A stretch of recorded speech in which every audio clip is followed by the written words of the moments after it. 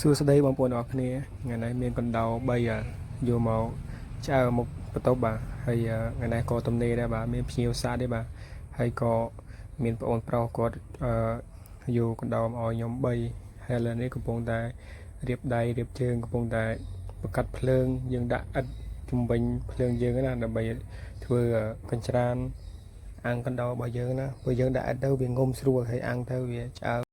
ឆ្អិនល្អហើយឥឡូវនេះខ្ញុំកំពុងតែកាត់ភ្លើងជាមួយនឹងដាក់ឥដ្ឋជុំវិញភ្លើងរបស់យើងហើយយើងដាក់ខ្ជុងដាក់អីទៅហើយទុកចោលមួយសន្ទុះថប់ទៅឲ្យមានល្ងើភ្លើងក៏ហមល្អទៅហើយយើងយកឆ្ងើមកយើងដាក់ឆ្ងើដាក់អាំងឲ្យវាទៅហើយយើងកំពុងតែរងចាំភ្លើងកំពុងតែឆេះកំពុងតែកាត់បាទហើយបន្តមកទៀតយើងដាក់ខ្ជុងបាទយើងដាក់ខ្ជុងឲ្យភ្លើងហ្នឹងវាជាមួយភ្លើងជាមួយខ្ជុងហ្នឹងវាឆេះកាត់ចូលគ្នាល្អទៅហើយឲ្យវាចេញល្ងើភ្លើងក្រហមល្អទៅយើងក៏យកកណ្ដោយើងបានប្រឡាក់ហ្នឹងយើងយកមកដាក់ឆ្អើដាក់អាំងទៅដាក់ឆ្អើដាក់អាំងឲ្យវាក្រហមវាឆ្អិនឆ្អើល្អទៅពេលយើងហូបទៅមានរសជាតិឈ្ងុយឆ្ងាញ់វាស្រួយបងប្អូនហើយនេះកណ្ដោរបស់យើងដាក់ក្លាសេក្នុងធុងទឹកកករបស់យើងកណ្ដោនេះបងប្អូនសង់នឹងឲ្យបានតែ3ទេបាទហើយក៏កូនបងប្អូនដែរបាទខំតរោ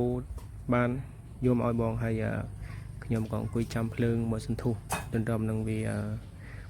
មានល្ងើកបាទហើយឥឡូវនេះក៏ភ្លើងរបស់យើងក៏ចាប់ដើមមានល្ងើកចាប់ដើមកាត់ល្ងើកខ្លះហើយដែរហើយយើងក៏ចាប់ដើមជិតបានអាំងកណ្ដោហើយដែរបាទហើយខ្ញុំក៏មានម៉ាស៊ីនផ្លុំសម្រាប់បង្កាត់ខ្ជុងដែរបាទហើយខ្ញុំក៏មិនទុកពេលវេលាយូរខ្ញុំយកម៉ាស៊ីនរបស់ខ្ញុំដែលខ្ញុំបានទិញហ្នឹងពីយកមកផ្លុំភ្លើងបាទផ្លុំភ្លើង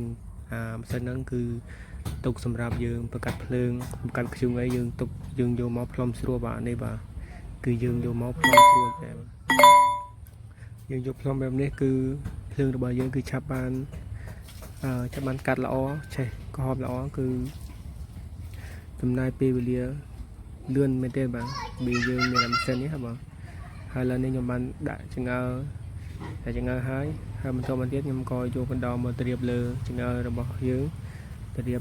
ខ្នះមួយកណ្ដោមួយទៅហើយខ្ញុំដាក់ធំកណ្ដាលឲ្យវាល្អមើលបាទដាក់ធំកណ្ដាលនេះហើយក៏ភ្លើងយើងក៏មិនឆេះក៏មិនល្ងើកច្រើនអីដែរគឺល្ងើករបស់យើងគឺក្តៅងុំមកល្មមបាទដោយសារតែយើងដាក់អត់ទៅវាងុំបាទវាក្តៅងុំល្អហើយក៏វាមិនក្តៅដល់ថ្នាក់យើងអាំងភ្លាមខ្លោចឬក៏ឆេះឆោតទេបាទអត់ទេបាទគឺមកល្មមបាទគឺភ្លើងវាឆេះមកល្មមហើយកណ្ដោ3នេះគឺសម្រាប់ខ្ញុំគឺហូប2អ្នកប្រពន្ធគឺល្មមហើយបាទហូបបាយបាទល្មមហើយក៏ពេលឆ្អិនក៏មានតែតិចអីដែរបាទឥឡូវនេះប្រហែលថ្ងៃនេះគឺសារ៉ាហើយបាទសារ៉ាដាក់ជាបានថ្ងៃបាទគឺសារ៉ាមួយរយៈសិនព្រោះអីសុខភាពវាអត់សូវល្អទេយើងហូបរាល់ថ្ងៃបាទហើយជាចុងក្រោយវីដេអូរបស់ខ្ញុំក៏អត់មានអីច្រើនទេអរគុណសម្រាប់ការតាមដានទស្សនាវីដេអូខ្ញុំបាយបាយ